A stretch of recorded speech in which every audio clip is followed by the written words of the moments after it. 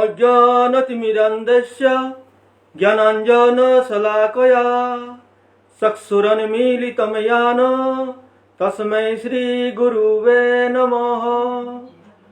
गुरुर्ब्रह्मा गुरुर्विष्णु गुरुर्देव महेश्वरा गुरुर्साक्षात् परमब्रह्म तस्मै श्री गुरुवे नमः। नारायणं नमस्कृत्य नरं चैव नरोत्तमं देवीं सरस्वतीं व्यासं ततो जयमुदीरये। शान्ताकारं भुजगशयनं पद्मनाभं सुरेशं विश्वाधारं गगनसदृशं मेघवर्णं शुभांगं लक्ष्मीकान्तं कमलनयनं योगिविद्यार्णवगम्यं वन्दे विष्णु भवभयहरं सर्वलोकैकनाथम्। ॐ कृष्णाय वासुदेवाय हरये परमात्मने प्रणतः क्लेशनाशाय गोविंदाय नमो नमः। हे कृष्ण करुणा सिंधु दीनबंधु जगतपते गोपेश गोपिकाकांत राधाकांत नमस्तुते। तप्त कांचन गौरांगी राधे वृंदावनेश्वरी वृषभानुसुते देवी प्रणमामि हरिप्रिये। जय श्री कृष्ण चैतन्य प्रभु नित्यानंद श्री अद्वैत गदाधर श्रीवासादि गौरभक्त वृंद। जय जय श्री चैतन्य जय नित्यानंद जय अद्वैत चंद्र जय गौरभक्त वृंद। हरे कृष्ण कृष्ण कृष्ण हरे हरे हरे राम राम राम हरे हरे। हरे कृष्ण कृष्ण कृष्ण हरे हरे हरे राम राम राम हरे हरे। हरे कृष्ण। राधे राधे। प्रिय भक्तजन, आज इस मंच पे श्रीमद् भगवत गीता पाठ होने जा रहे हैं। यहाँ पर समस्त विश्व के भक्तजन आज जो पाठ को श्रवण करने के लिए एकत्रित हुआ है। Bharat, Bangladesh, Australia, America, London, समस्त भक्तजन का श्री चरण में मैं बुद्धिहीन श्री ननिगोपाल सिन्हा नतमस्तक से प्रणाम करता हूँ तथा अभिनंदन करता हूँ। और श्री कृष्ण चैतन्य भागवत संघ को मैं अपना तरफ से सत प्रणाम करता हूँ। और श्री कृष्ण चैतन्य भागवत संघ के जो प्रधान एडमिन सभापति डॉक्टर मनोज सिंह महोदय और चीफ एडवाइजर प्राक्तन मंत्री विजयलक्ष्मी सिन्हा महोदया और तथा समस्त एडमिन और सदस्य और वैष्णव सबको मेरा तरफ से सत प्रणाम। मुझे आज श्री कृष्ण चैतन्य भागवत संघ का तरफ से अवसर जो दिया गया है, मैं अपने आप को योग्य नहीं समझता हूँ, परंतु अगर मेरा प्रभु श्री कृष्ण का अगर कृपा हो, श्रीमती राधा रानी का अगर कृपा हो, मेरे पितृदेव मातृदेव का अगर कृपा हो, मेरे गुरुदेव का कृपा हो, जगत गुरु शिरोमणि भुवनेश्वर साधु ठाकुर का अगर कृपा हो और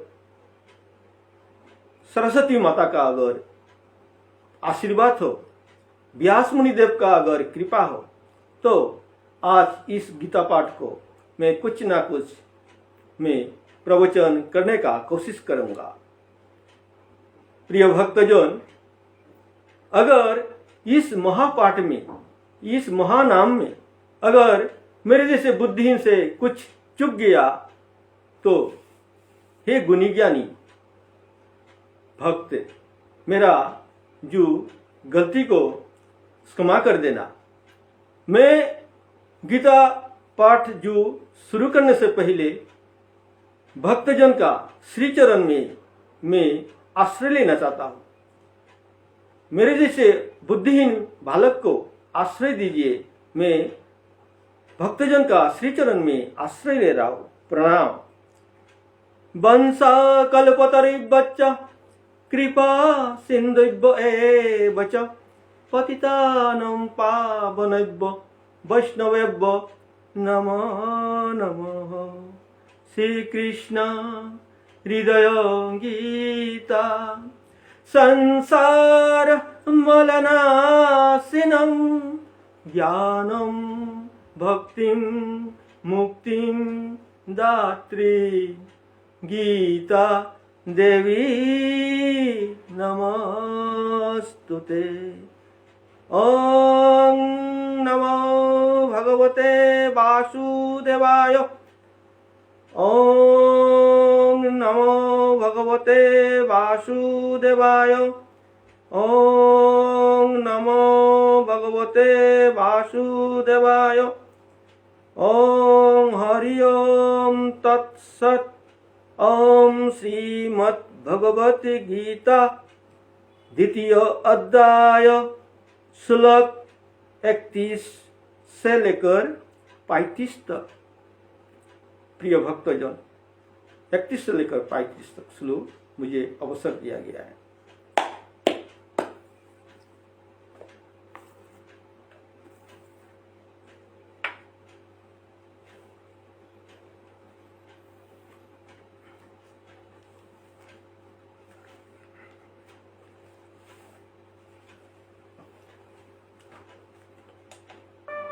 सधर्ममपि चावेक्ष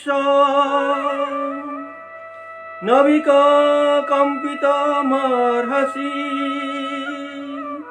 धर्म्याद्युद्धाश्रेयोऽन्यत् क्षत्रियश न विद्यते।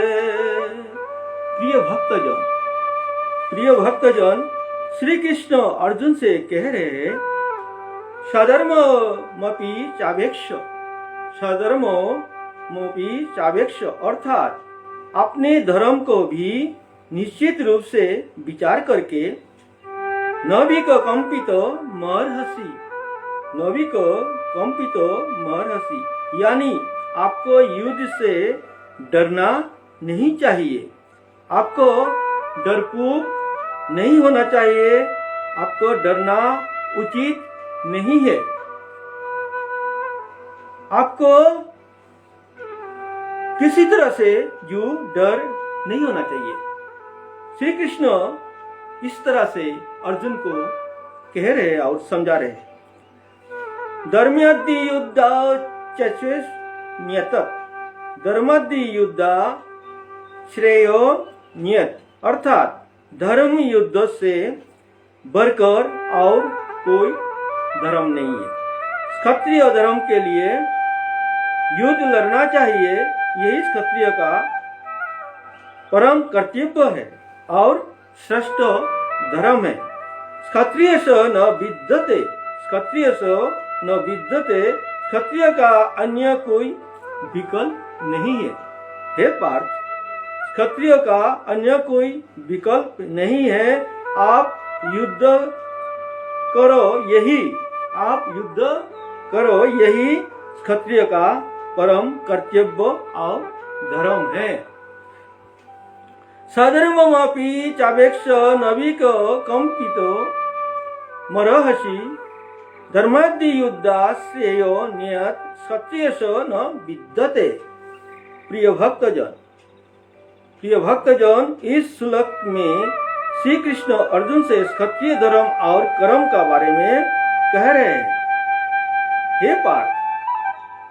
हे पार्थ, अपने धर्म को कभी भी निश्चित रूप से विचार करके क्षत्रिय का कर्तव्य पालन करना चाहिए। इसी समय युद्ध करना चाहिए। युद्ध करना चाहिए, यही क्षत्रिय का कर्म है और धर्म है। इसमें डरना नहीं चाहिए, इसमें आपको झिझकना नहीं चाहिए। ये धर्म युद्ध है, ये धर्म युद्ध है। अन्याय के विरुद्ध अन्याय के विरुद्ध डटकर मुकाबला करना चाहिए।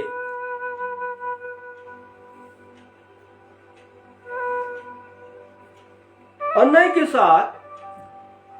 साथ देने वाला अपराधी होते हैं। अन्याय के साथ देने वाला अपराधी होता है, चाहे वो कोई भी क्यों ना हो, चाहे वो कोई भी क्यों ना है। प्रिय भक्तजन, इसका कहने का मतलब है, अर्जुन हमेशा क्या करते हैं, अपना युद्ध करने से झिझकता है, पीछे हटता है। उसका कारण है पितामह भीष्मदेव, उसका कारण है गुरुदेव द्रोणाचार्य। वो इतना प्रेम करता है और उन लोग को किसी तरह से वो हानि पहुंचाना नहीं चाहता है, इसलिए वो जो है उनको मारना नहीं चाहता है और युद्ध करना नहीं चाहता है। तभी श्री कृष्ण को पता है और उनको इशारा करते हुए कह रहा है, अगर अन्याय का साथ देने वाला कितना भी धार्मिक हो, कितना भी ज्ञानी हो, फिर भी अन्याय का अगर साथ देता है, वो अपराधी है, उसको मरना है।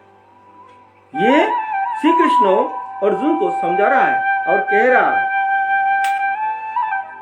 यदि दृश्यया चुपपन्नम स्वर्गद्वारमपावृतम सुखिनः क्षत्रिय पार्थो लभन्ते युद्धमीदृशम्। भक्तजन, भगवान श्री कृष्ण कह रहे हैं, यद दृश्यया चुपपन्नम, यद दृश्यया चुपपन्नम अर्थात अपने आप ही प्राप्त हुए स्वर्गद्वारमपावृतम, मतलब स्वर्ग लोक का द्वार खुला हुआ, स्वर्ग का द्वार जो है खुला हुआ। सुखिनः क्षत्रिय पार्थ, सुखिनः क्षत्रिय पार्थ, भाग्यवान क्षत्रिय लोक है पृथापुत्र अर्जुन।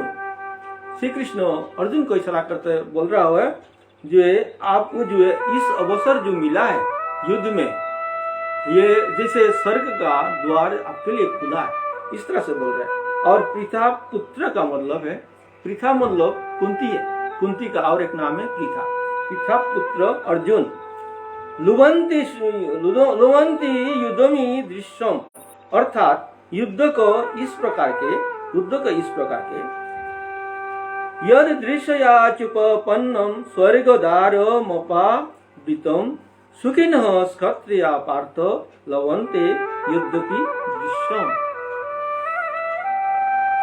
इस श्लोक का अर्थ हुआ, हे पार्थ, वे क्षत्रिय भाग्यवान हैं जो इस तरह के धर्म युद्ध का अवसर अपने आप प्राप्त करते हैं। यह युद्ध तुम्हारे लिए खुले हुए स्वर्ग के द्वार जैसे है। श्री कृष्ण का कहना है, अभी ये धर्म युद्ध है, ये धर्म युद्ध है, इसमें अगर युद्ध करने का आपको अवसर मिला तो समझ लो आपका स्वर्ग का द्वार आपके लिए खुला हुआ है। स्वर्ग का द्वार मतलब आदमी जिंदगी में कितना मेहनत करता है, कितना तपस्या करता है, कितना जो है ये पुण्य कमाता है, तब जाके ये आपको स्वर्गधाम प्राप्त होता है। लेकिन श्री कृष्ण कह रहे हैं, आपको तो अभी बहुत आसानी से, बहुत इजी आपको जो है, आपको क्या है, आपको स्वर्गधाम आपको मिल सकता है। इस तरह से उसको अर्जुन को कह रहा है। ये इसमें श्रीमद् भगवद गीता में क्या है भक्तजन, इसमें एक शब्द होता है, एक वाक्य होता है, उसको अलग अलग अर्थ हो जाता है। अगर आप चाहे तो इसमें और एक अर्थ है, ये बिल्कुल और एक अर्थ है। कैसे? ये धर्म युद्ध है। ये जो है कुरुक्षेत्र और धर्म युद्ध हो रहा है। जो कुरुक्षेत्र जो है धर्म क्षेत्र है, ये कहाँ पर है? ये हरियाणा में है। और इसमें ऐसे जो है यहाँ पर धर्मक्षेत्र कुरुक्षेत्र में अगर धर्म युद्ध में अवसर लेगा, कोई युद्ध करेगा, वो कितना भी पापी क्यों ना हो, कितना भी पापी क्यों ना हो, वो जो है मृत्यु का बाद स्वर्गधाम प्राप्त हो जाता है। ये इस धर्मक्षेत्र और कुरुक्षेत्र का ये खूबी है। तो आज इसलिए श्री कृष्ण कह रहा है, आपको बहुत अच्छा अवसर मिला है, हे पार्थ, आप युद्ध कीजिए। आप क्षत्रिय है, क्षत्रिय का जो धर्म है युद्ध करना, पीछे हटना है नहीं। कर्म करो, फल का चिंता मत करो। इस तरह से श्री भगवान जो अर्जुन को समझा रहा है। अथ चैत्यम इमं धर्म्यम सर्गम न करिष्यसि तत सधर्मो कीर्तम च हित्वा पापो मोवाप्स्यसि। प्रिय भक्तजन, इस समय भगवान श्री कृष्ण अर्जुन से कह रहे हैं, अथ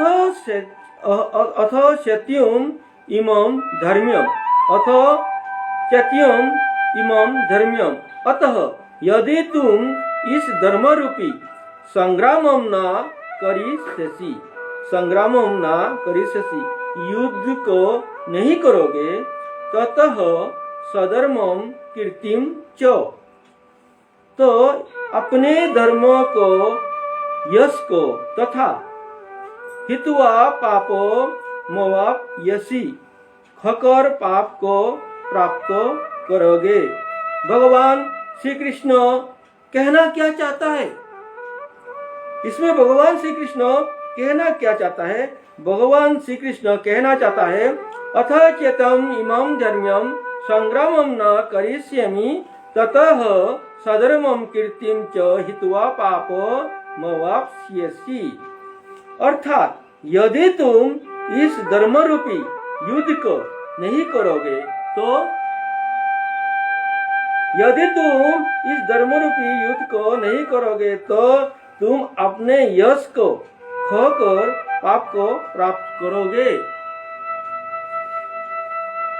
यानी तुम्हें धर्म पालन नहीं करने का पाप लगेगा। भगवान बोल रहा है, तुमको इसमें धर्म पालन नहीं करने का पाप लगेगा।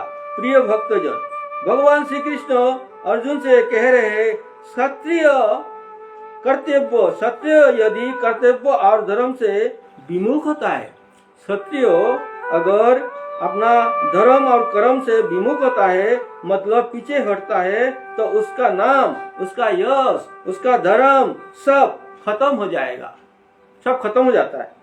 अर्थात अपने कर्तव्य व धर्म पालन न करने का पाप भी लग जाता है, उसको पाप भी लग जाता है।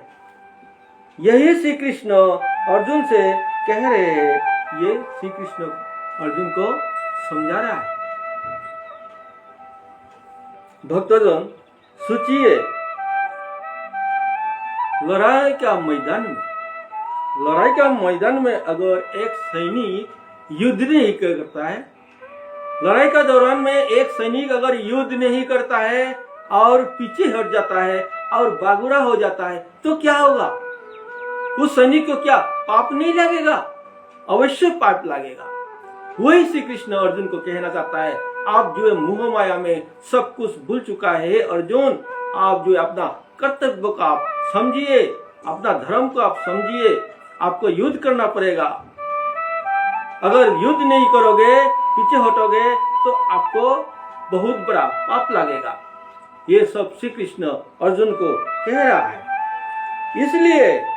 इसलिए अपना कर्तव्य से, धर्म से कभी पीछे हटना नहीं चाहिए। एक क्षत्रिय को अपना धर्म से, अपना कर्तव्य से कभी पीछे हटना नहीं चाहिए।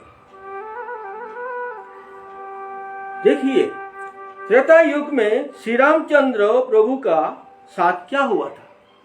त्रेता युग में श्री रामचंद्र प्रभु का साथ क्या हुआ था?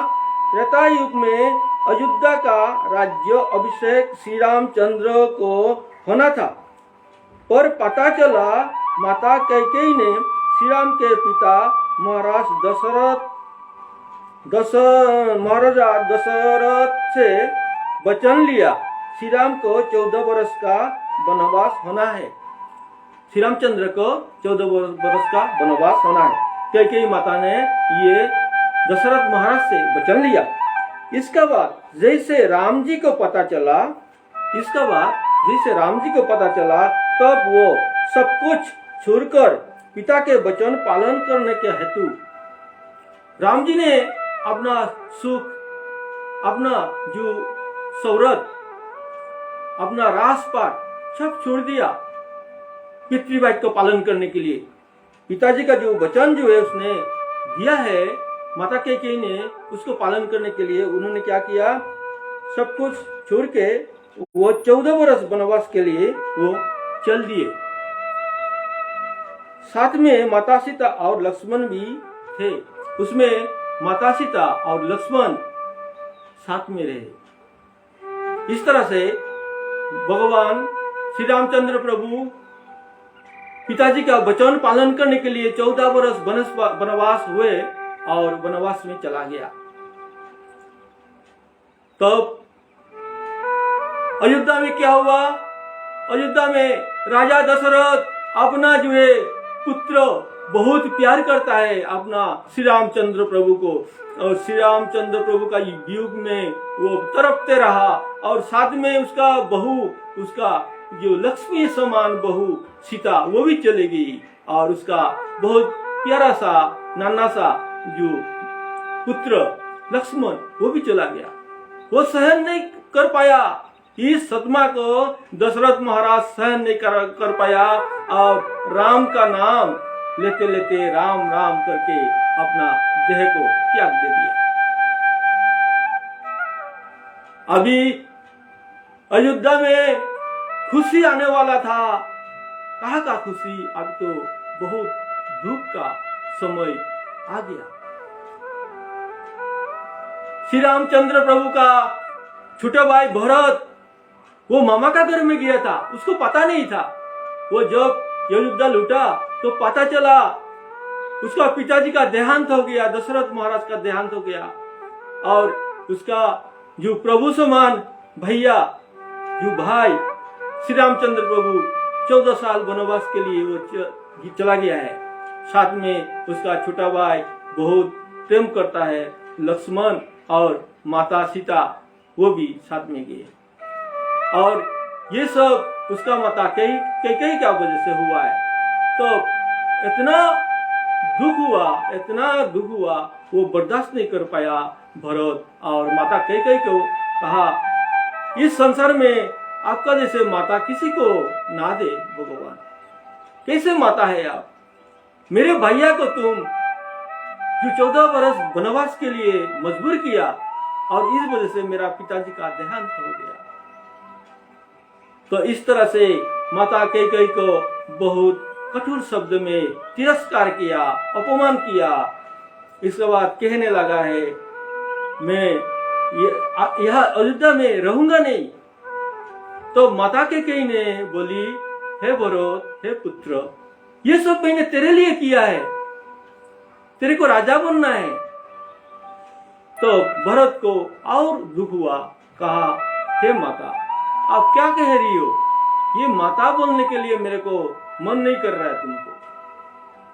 जिस भैया का बगैर मैं एक पल जी नहीं सकता हूँ, वो भैया वो राम जी वनवास में, और मैं यह राज्य का भार लूंगा और राजा इस अयोध्या का राजा बनूंगा, कैसे आपने सोच लिया? और तुम्हारा वजह से मेरा पिताजी का देहांत हो गया। मैं जिस तरह से मैं तड़प रहा हूँ, मैं सोचता हूँ आप भी तड़पो अपना पुत्र के लिए, मैं चल रहा हूँ।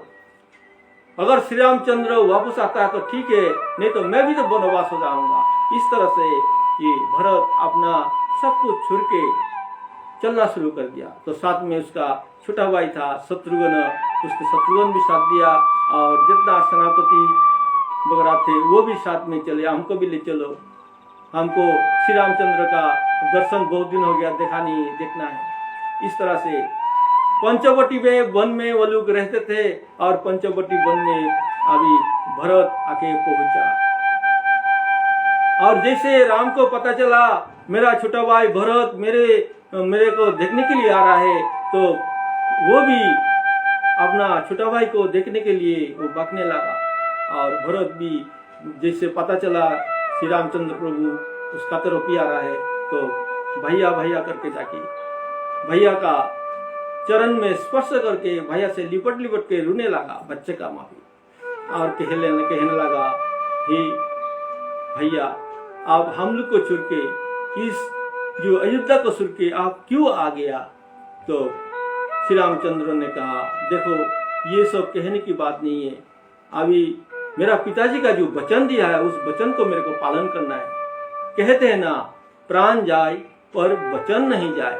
श्री रामचंद्र प्रभु इस तरह से अपना वचन निभाने के लिए सब कुछ राजपाट सब छोड़ के वो वनवास में आ गया। तो भरत ने कहा, हे भैया आप एक काम करो, आप वापस चलो, आपका बिगाड़ अयोध्या बहुत सुना लगता है, आप वापस चलो। तो राम जी ने क्या कहा? राम जी ने कहा, नहीं भरत मैं जा नहीं पाऊंगा, ऐसे करो तुम अयोध्या को तुम संभालो, तुम राजा बन जाओ, ये मेरा आशा है। तो भरत ने कहा, भैया आपने इसे कैसे सोच लिया? मैं आपका बिगाड़ एक पल नहीं ले सकता, और मैं राजा बनने का तो बात छोड़ो, मैं जाऊंगा नहीं आपको छोड़ के। तो जब श्री रामचंद्र ने मजबूर किया तो भरत ने कहने लगा, भैया आपको मैं एक दुख भरी जो संवाद आपको देता हूँ। हमारा पिताजी इस दुनिया में नहीं रहा, पिताजी का देहांत हो गया।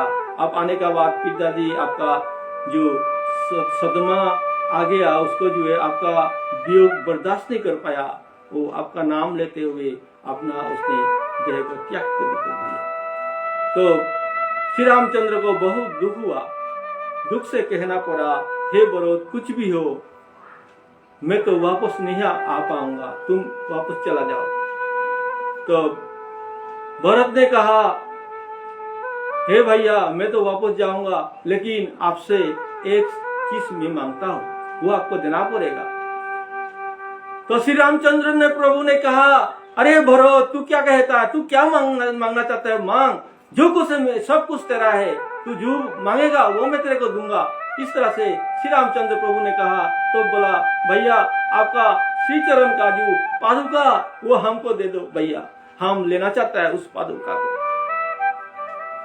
तो श्री राम ने बोला, हे भरत तुमने क्या मांग लिया? और श्री रामचंद्र प्रभु ने वो पादुका भरत को दे दिया। भरत बहुत खुश हुआ और उस पादुका को अपना मस्तक में, अपना माथे में रख के प्रभु को प्रणाम करके और माता सीता को प्रणाम करके, इसका बाद अपना छोटा भाई लक्ष्मण को बहुत प्यार से आलिंगन करके वो राम का नाम लेते हुए वापस जो है अयोध्या में आके पहुंचा। भक्तजन हम सोच रहे थे ये भरत जो है राज्य संभालेगा, नहीं, भरत ने वो नहीं किया, वो पादुका को सिंहासन में रास अभिषेक किया, श्री रामचंद्र प्रभु का नाम पे अभिषेक किया। और 14 वर्ष जो है श्री रामचंद्र प्रभु वनवास थे और 14 वर्ष उसने वनवासी रूप धारण किया, और वो रास भूख वो अपना नहीं खाता था, वो फल मूल खाता था, वो जैसे श्री रामचंद्र प्रभु जिस तरह से खाता, ऐसे छोटा भाई, ऐसे भरत जो है इस संसार में एक उदाहरण है। अभी श्री रामचंद्र प्रभु का बहुत संकट आया, इसका बाद श्री रामचंद्र प्रभु जो है सीता का हरण हो गया, बहुत दुख का घड़ी आ गया। इस समय सीता का हरण होने का जो बाद में क्या हुआ, बजरंगबली और सुग्रीव का सहारा लिया और राम सेतु बनाया और रावण से युद्ध किया। रावण का जितना युद्ध सबको मार डाला प्रभु ने। मेघनाथ है और कुंभकर्ण है, ऐसे बड़े बड़े जो युद्ध है सबको मार डाला। मारने के बाद रावण जो है अभी बेसहारा हो गया। उसको मारने के लिए, मरने के लिए और युद्ध करने के लिए कोई नहीं रहा। इस समय क्या हुआ, तो अभी एक ही बचा हुआ था, एक ही युद्ध बचा हुआ। वो कौन है? वो तरुणी सेन है। वो बहुत धार्मिक है, वो राम का भक्त है। तो इसलिए रावण को उसका ऊपर भरोसा नहीं था। परंतु अभी जब सब खत्म हो गया, एक ही युद्ध बचा है, तो उसको बोलना पड़ेगा। तो तरुणी को बुलाया और बोला, हे बेटा तरुणी, तुम युद्ध के लिए तैयार हो जाओ, तुमको युद्ध करना है श्री रामचंद्र से। तो तरुणी जो अपना ताऊ, अपना जो है रावण का बात उल्लंघन नहीं कर सकता, इसलिए वो तैयार हो गया युद्ध में। और उसका युद्ध का तैयारी देखो, उसका रथ में, उसका जो है फ्लैग, जो पताका, सब में राम का नाम लिखा हुआ है। और उसका शरीर में पूरा नाम, राम का नाम लिखा हुआ है। उसका सर से पांव तक पूरा राम उसका शरीर में। और राम का नाम लेते हुए वो युद्ध के लिए चल दिया। और जब युद्ध के लिए चल दिया, वो ऐसे एक था, जब आया तो लक्ष्मण से उसका मुलाकात हुआ, लक्ष्मण से उसका लड़ाई हुआ। लक्ष्मण उसका सामने टिक नहीं पाया। तो कहा, आप तो राम का छोटा भाई लगते हो। तो लक्ष्मण ने कहा, हाँ। बोला, आपसे मेरे को लड़ना नहीं है, आपसे कोई दुश्मनी नहीं है, मेरे को राम से मिला दो मेरे को। तो राम से जब मुलाकात हुआ, तो पहले तो राम को बहुत आदर से, गिनती से प्रणाम किया। राम देख के ताज्जुब हो गया, ये राक्षस कुल में मेरे भक्त, पूरा शरीर में राम नाम लिखा हुआ है। तो तरुणी ने क्या कहा, हे प्रभु, हे श्री राम, ये जो है मैंने राम नाम लिखा है, मेरा पूरा शरीर में राम का नाम लिखा है।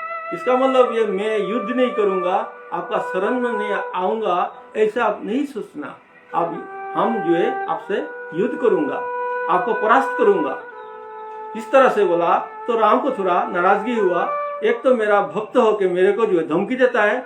इस तरह से उनका युद्ध हुआ, बहुत बड़ा युद्ध हुआ।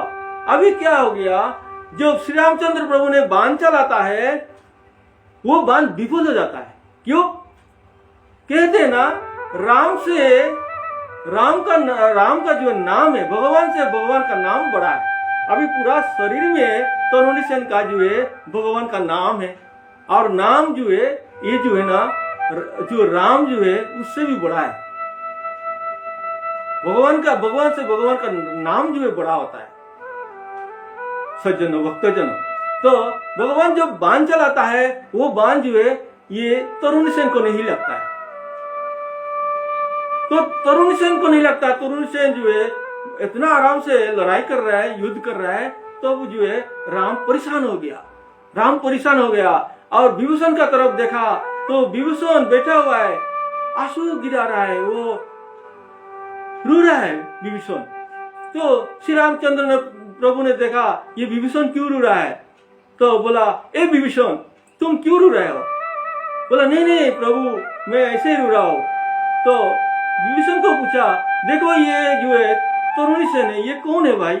ये तो मेरे को परेशान कर दिया, और ये भक्त होने का मेरे को ढंग कर रहा है, और मेरे से लड़ रहा है, और मेरा जो है बाण काम नहीं दे रहा है। मैं क्या करूं? इसको तो मारना है। अगर ये क्या बोलते हैं, रावण का तरफ से युद्ध करने के लिए आया, इसको तो मारना पड़ेगा। मैं क्या करूं? तो विभीषण ने बोला, हे प्रभु, इसको तो आप ऐसे नहीं मार सकते। ये जो है आपका बहुत बड़ा भक्त है, और आपका भक्त को आप मार सकते हो क्या? तो प्रभु ने बोला, बिल्कुल सही है, मेरा भक्त तो मैं नहीं मारता, परंतु ये मेरा जो है शत्रु का जो है साथ दे रहा है, और मेरे से लड़ाई करने के लिए आ रहा है, तो इसको मरना जरूरी है। तो मैं इसको क्या करूं? तो विभीषण ने बोला, प्रभु, इसको आप पूछिए, 2 प्रश्न कीजिए। एक प्रश्न आप पूछिए, तुम्हारा पिताजी कौन है? दूसरा प्रश्न पूछिए, आप किसका कहने पर युद्ध करने के लिए आया? आपको प्रभु, आपको जो है समय मिल जाएगा, आपको पता चल जाएगा किस टाइम बाण चलाना है। लेकिन आप इसको जो बाण चलाओगे ना, आप वैष्णव बांध चलाना, क्योंकि एक वैष्णव है ये वैष्णव बांध चलाना, नहीं तो ये मरेगा नहीं। और किस तरह से आप मारना है आपको समझ में आ जाएगा। तो श्री रामचंद्र प्रभु को बहुत खुश हुआ और तरुणी को पूछा, हे तरुणी सेन, तुम्हारा पिता कौन है, मैं जानना चाहता हूं। तो तरुणी ने प्रणाम करके बोला, प्रभु मेरा पिताजी बहुत महान है और मेरे को कहते हुए गर्व होता है, मैं विभीषण का पुत्र हूं। प्रभु अचंभित हो गया और विभीषण को देखने लगा। तो प्रभु को समझ में आया इसलिए विभीषण रुआ था। देखिए विभीषण कितने महान है, कितना त्यागी है, अपना पुत्र को जो है मौत का सामने देखते हुए फिर भी वो कुछ नहीं कर रहा है अपना बेटे का लिए, वो कितना जो त्यागी है। तो प्रभु को बहुत दुख हुआ, विभीषण का तरफ देखा, फिर पूछा, तरुणी से तुम किसका कहने पर तुम युद्ध करने के लिए आए हो। तो तरुणी सेन ने कहा, हे प्रभु मैं अपना ताव में रावण का कहने पर, जैसे रावण का कहने पर जैसे रावण बोला तो उसका जो है ना जिब्बा में पाप आ गया, रावण का नाम लेते जिब्बा में पाप आ गया और पूरा मस्तक शरीर में पूरा उसका राम नाम लिखा था लेकिन जिब्बा में नहीं लिखा था। तो प्रभु समझ गया इशारा को, इस समय इसको मार सकता हूं, नहीं तो मैं नहीं मारता। उसी समय प्रभु ने वैष्णव बाण चलाया और वो वैष्णव बाण तरुणी का जो जिब्बा में जाके लगा और तरुणी तब जो है वो खत हो गया और तरुणी गिर गया और बड़ी मुश्किल से राम का नाम ले रहा है, राम राम राम। तो प्रभु श्रीहरि, ये श्रीहरि अवतार लिया है श्री रामचंद्र प्रभु का, लेकिन क्या करेगा, ये मानव रूप पे धारण किया हुआ है। ये मानव का जो है जो संस्कार है वो करना पड़ेगा, जो है प्राकृतिक से उसको लड़ना पड़ेगा, इसलिए मजबूर है।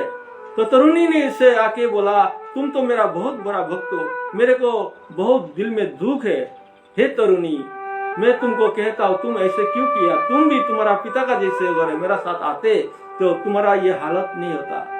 तो तरुणी ने कहा, प्रभु मैं ये राक्षस का जो है कुल छोड़ना चाहता हूँ, प्रभु मुझे क्षमा कर दो, मुझे इससे मुक्ति दे दो।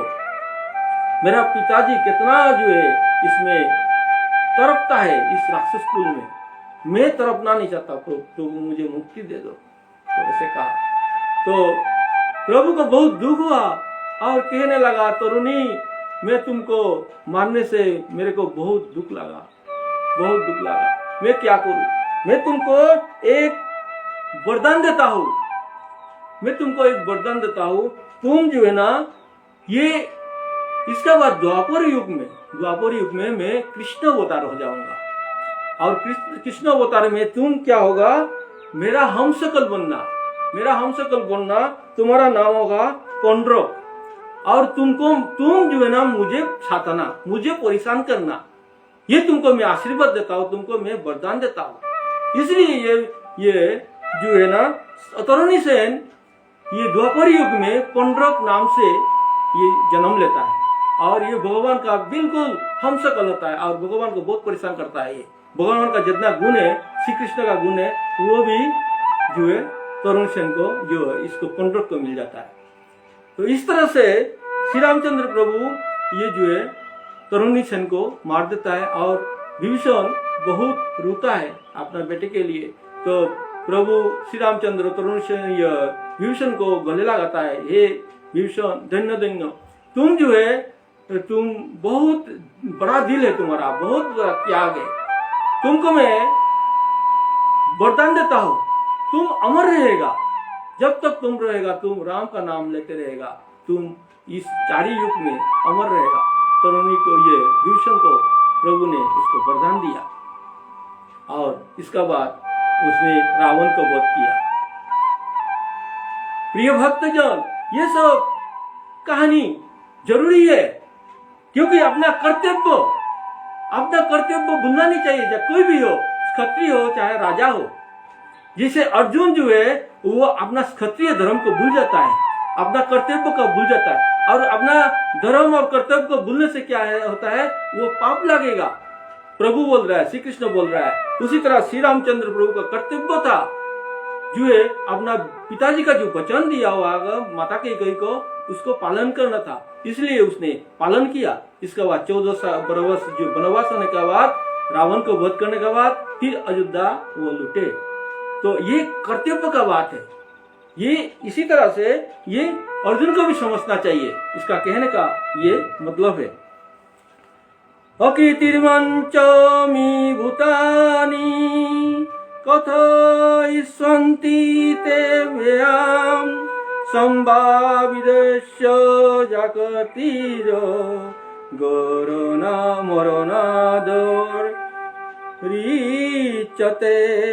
प्रिय भक्तजन, इस श्लोक में भगवान श्री कृष्ण अर्जुन से कह रहे हैं अकीर्तिर्मंच विभूतानि, अर्थात तथा भी सभी लोग कथ इच्छन्ति ते व्याम, यानी कहेंगे तेरी सदा रहने वाली, संभावितस्य जाकीर्ति, अर्थात सम्मानीय पुरुष के लिए, और उपयस मतलब इसमें अपमान। इसमें श्री कृष्ण प्रभु अर्जुन को कहना चाहता है अकीर्तिमंच पी भूतानि कथ इच्छन्ति ते व्याम संभावितस्य जाकीर्ति मरणादर रिच्यते। अर्थात इस श्लोक में भगवान श्री कृष्ण अर्जुन से कह रहे हैं तथा भी सभी लोग कहेंगे तेरी सदा रहने वाली सम्मानीय पुरुष के लिए असम्मान होना मृत्यु से भी बढ़कर दुखदायी है। कोई भी व्यक्ति, कोई भी योद्धा अगर जो है आपको जो सम्मान मिला है, आपको यश, आपको कीर्तिमान मिला है, आपको अगर वो जो है आप सम्मान नहीं रखोगे और अपमान हो जाओगे, तो अपमान से आपको क्या होगा, आप वो अपमान आप सहन नहीं कर पाओगे, वो मृत्यु से वही बढ़कर हो जाता है एक अपमान।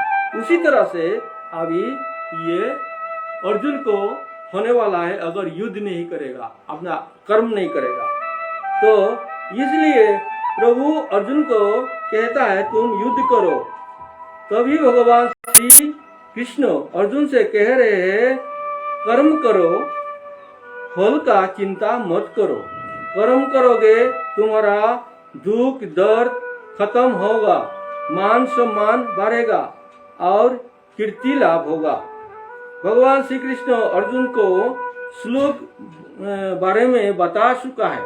इसमें भगवान श्री कृष्ण पहले श्लोक में, एक श्लोक में जो बता चुका है, 12 श्लोक में इसमें बता चुका है। क्या बता चुका है?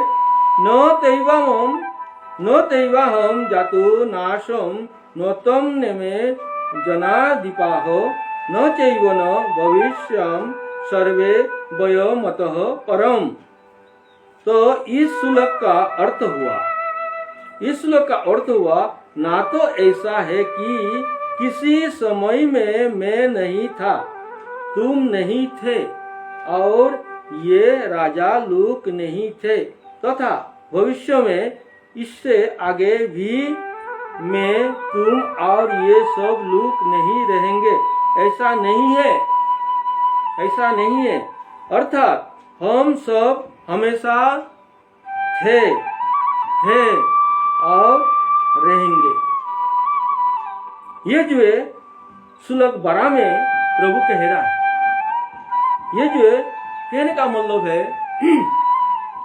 अभी जो है हे अर्जुन, आप जो है पहले थे और जो है आपके साथ लड़ाई करने के लिए राजा आए हैं, शत्रु, आपका शत्रु वो भी थे और हम भी थे और अभी भी है और भविष्य में भी रहेगा। मतलब अतीत में भी थे और वर्तमान में भी है और भविष्य भी रहेगा।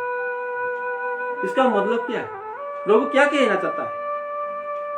प्रभु ये कहना चाहता है, प्रभु ने प्रत्येक जीव में जीवात्मा दिया है। प्रभु का दिया हुआ है जीवात्मा, वो जो है अमर है, वो कभी नहीं मरता। वो मारना भी चाहो वो नहीं मरेगा। इसलिए प्रत्येक मानव में, प्रत्येक जीव में जीवात्मा जो है वो अमर है, और वो मतलब अतीत में भी थे, वर्तमान में भी है और काल भी रहेगा। तो अभी जो है, अभी ये शरीर है, इंसान जो है ज्यादा से ज्यादा 100 साल जिएगा, तो एक शरीर है, शरीर का जो आयु खत्म हो जाता है तो ये मृत्यु हो जाता है। मतलब समझ लो ये एक जो है वस्त्र है, ये एक वस्त्र है, ये मानव का वस्त्र है। इसको जो है आपको 100 साल तक जीना है। भगवान का अगर दया होगा, कृपा होगा तो 100 साल आप जियोगे। इसका बाद आपका मृत्यु होने का बाद आगे जाके आपको दूसरा वस्त्र मिल जाएगा, मतलब दूसरा शरीर मिलेगा।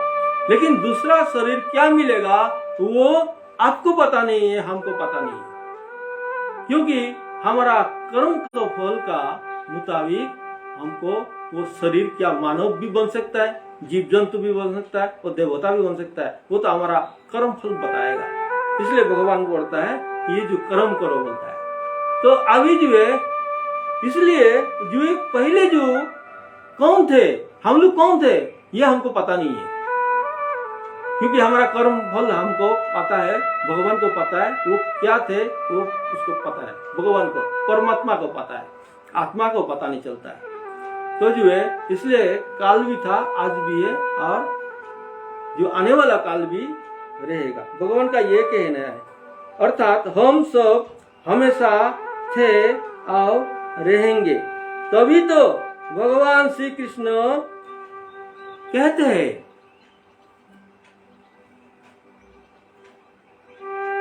तभी तो भगवान श्री कृष्ण जी कह रहे हैं, अर्जुन से कह रहे हैं कृष्ण जी, रन से पीछे मत हटना, कम कर्म किए जा बस तू अपना, फल की इच्छा मत करना। अर्जुन से कह रहे हैं कृष्ण जी, रन से पीछे मत हटना, कर्म किए जा बस तू अपना, फल की इच्छा मत करना।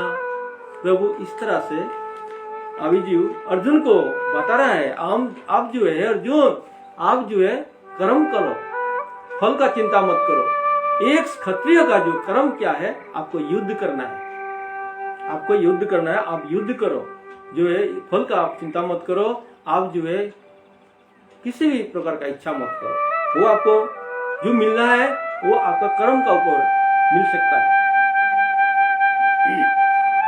भयद्रनादु परहतम मनश्यन्ते तत्वा महारथा, ये श्यामच्च तंबो मत भूत्वा यस्य शिलागमम्।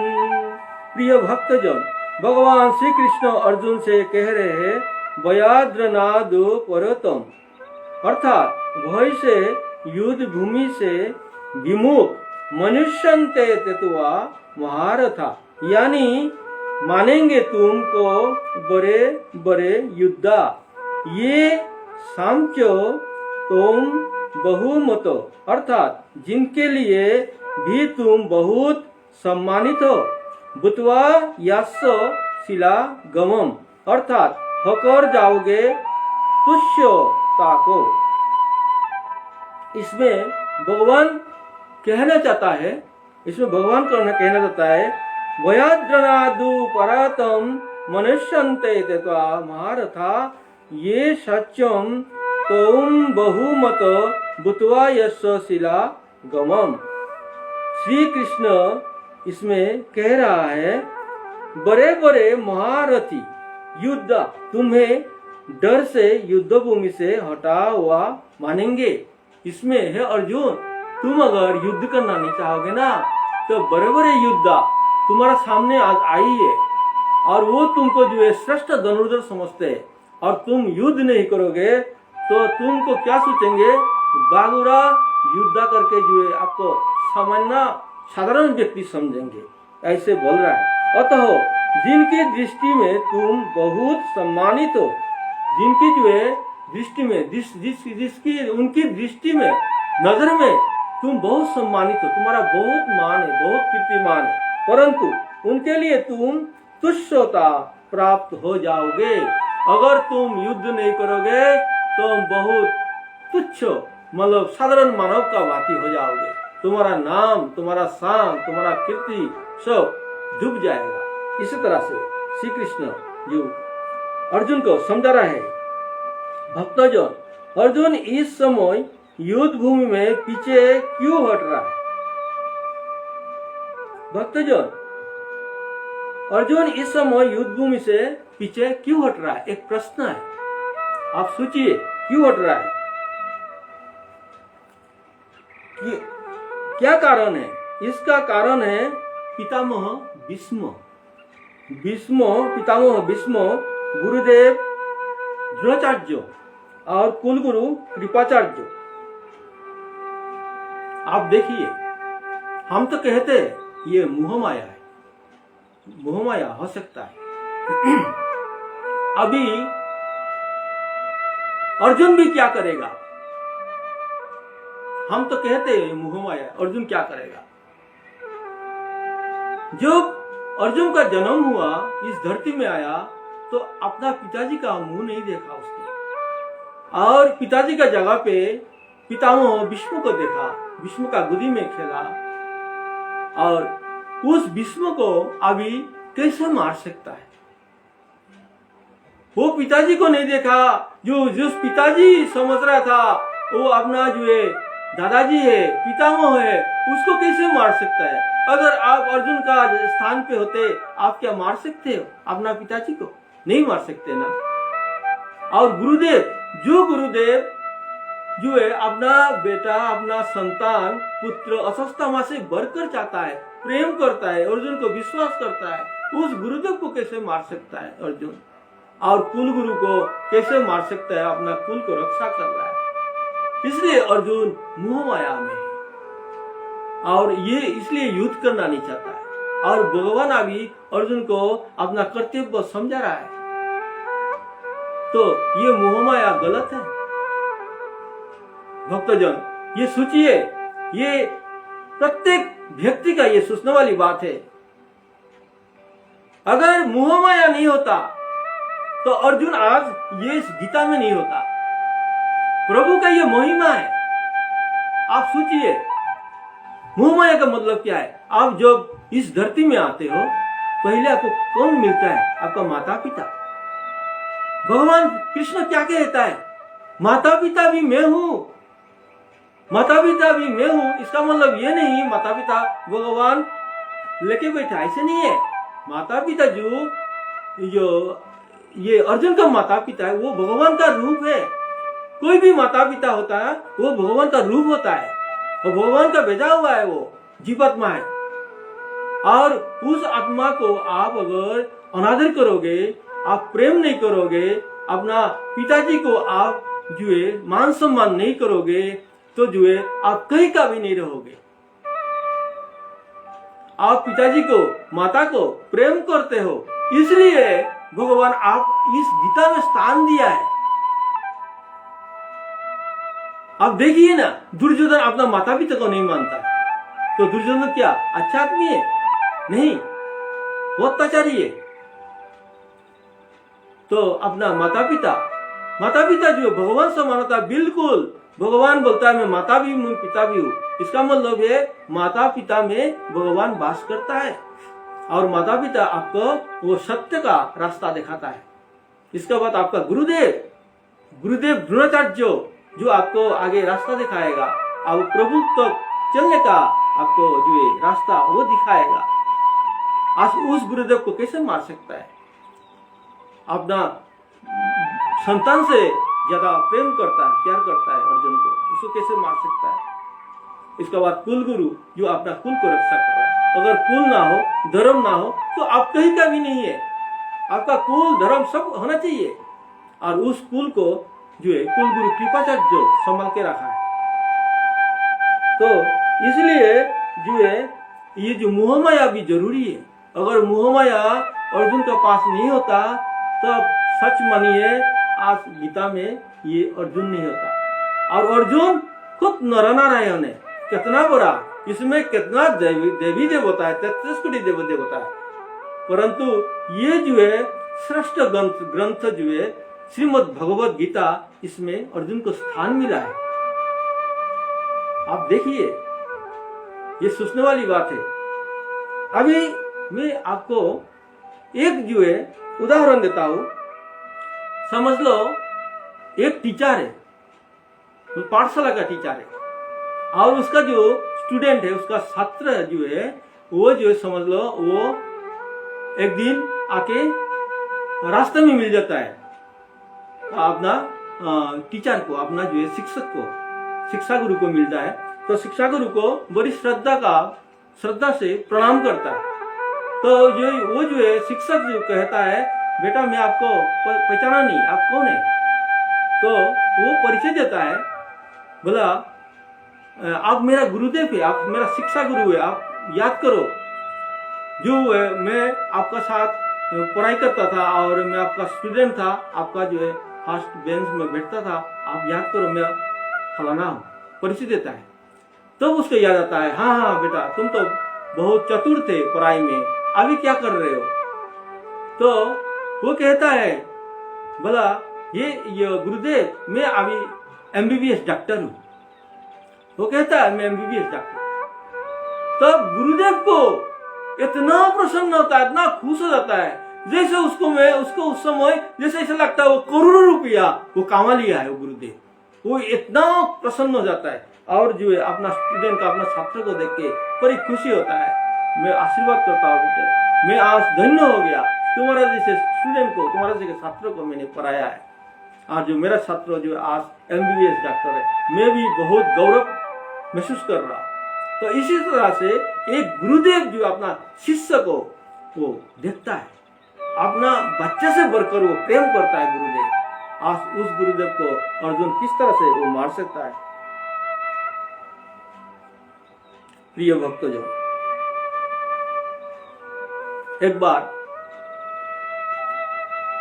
भीष्मदेव, देखो भीष्मदेव जो है, अभी एक चीज है, भीष्मदेव ये बोलते हैं ना इच्छा मृत्यु, किस तरह से इच्छा मृत्यु हो गया भीष्मदेव? भीष्मदेव इच्छा मृत्यु इसलिए हुआ है, भीष्मदेव का जो है माता का जो है दूसरा माता जो गंगा था पहले, तो इसका बाद जो है उसका जो माता जो है उसका शादी नहीं हो रहा था। तो शादी नहीं हो रहा था तो उसने बोला ये मतलब कहने का मतलब ये बात आ गया, तुम जो है राजा बनोगे भविष्य में, तुम तो बड़ा बेटा है और जो तुम्हारा सब कुछ हो जाएगा, तो तुम सब कुछ हो जाएगा, हमारा बेटी को शादी देने से क्या होगा तुम्हारा पिताजी का पास? तो कहा मेरा जो है शादी नहीं होगा। तो उसने वचन दिया मेरा शादी नहीं होगा, मैं जिंदगी भर कुंवारा रहूंगा। और इसका बाद बोला तुम शादी नहीं करोगे तो क्या हुआ, ये तो राज्य तो तुम्हारा है। तो उन्होंने कहा राज्य भी मेरा नहीं रहेगा, क्योंकि मैं जो है राज्यभार संभालूंगा नहीं, लेकिन रक्षा करूंगा। तो इस तरह से उसने अपना पिताजी को भी वचन दिया। इसलिए पिताजी इतना दुख भी हुआ और अपना जो पुत्र का पर बहुत प्रसन्न हुआ और कहा तुम्हारा जैसे पुत्र में पाके धन्य हो गया। तो पिताजी ने उसको वरदान दिया इच्छा मृत्यु का। और इच्छा मृत्यु का मतलब क्या है? वो अमर है, वो मरना चाहे तो मरेगा, नहीं तो वो जिंदगी भर वो अमर रहेगा, तो अमर है। लेकिन ये अमर है और विभीषण जो है वो भी अमर है, दोनों में पार्थक्य क्या है? अभी भीष्मदेव भी अमर है, विभीषण भी अमर है, दोनों अमर में पार्थक्य क्या है? भीष्मदेव हो गया ये जो है अपना धार्मिक है, ज्ञानी है, अपना पिताजी को वचन दिया है, परंतु इनका गलती क्या है? ये अन्याय का साथ दे रहा है। और विभीषण का वो अमर है, लेकिन वो जो है इतना त्यागी, इतना त्याग दिया है, वो जो है अपना राजपाट, अपना जो है भाई को समझाया धर्म का रास्ते में आ जाओ भैया, ये जो है प्रभु श्री रामचंद्र प्रभु ये श्रीहरि है, हे सीता मैया को आप वापस कर दो, ये प्रभु बहुत दयालु है, आपको कृपा करेगा, आपको क्षमा कर देगा। परंतु रावण ने नहीं माना, तो मजबूरन रावण को छोड़ के अपना संसार, अपना जो है स्त्री और पुत्र को छोड़ के आके प्रभु का शरण में, प्रभु का श्री चरण में आके पहुंच गया। तो बहुत बड़ा त्यागी है, ये अंतर है, दोनों में अंतर ये है। लेकिन विष्णुदेव कोई मामूली हस्ती नहीं है। एक बार रावण आक्रमण करना चाहा था जो है हस्तिनापुर को, विष्णुदेव ने युद्ध में उसको भगा दिया, सामना नहीं कर पाया रावण। तो विष्णुदेव आप देखिए कितना शक्तिशाली है, विष्णुदेव का सामने कोई रुक नहीं सकता, रावण भी रुक नहीं पाया, कितना वो बड़ा युद्ध है।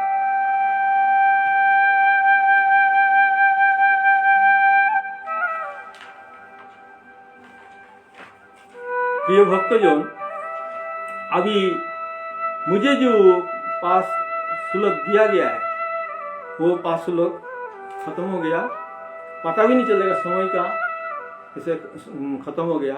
तो अभी विदा लेने का समय हो गया। अभी पवित्र गीता का 18 नाम में महत्व आपको बोलता हूँ। ओम गंगा गीता सावित्री सीता सत्ता पतिव्रता ब्रह्मावली ब्रह्म विद्या त्रिसंधा मुक्ति गेहिनी वेदत्रयी पौरानंदा तथार्थ ज्ञान मंजूरी। ओम यद अक्षरं परिभ्रष्टं मात्राहीनं च यद् भवेत् पूर्णं भवतु तत्सर्वं तत् जनार्दनः। ओम सर्वे भवन्तु सुखिनः सर्वे सन्तु निरामयाः सर्वे भद्राणि पश्यन्तु मा कश्चित् दुःखभाग् भवेत्। विश्व का कल्याण हो। ओम शांति, ओम शांति, ओम शांति।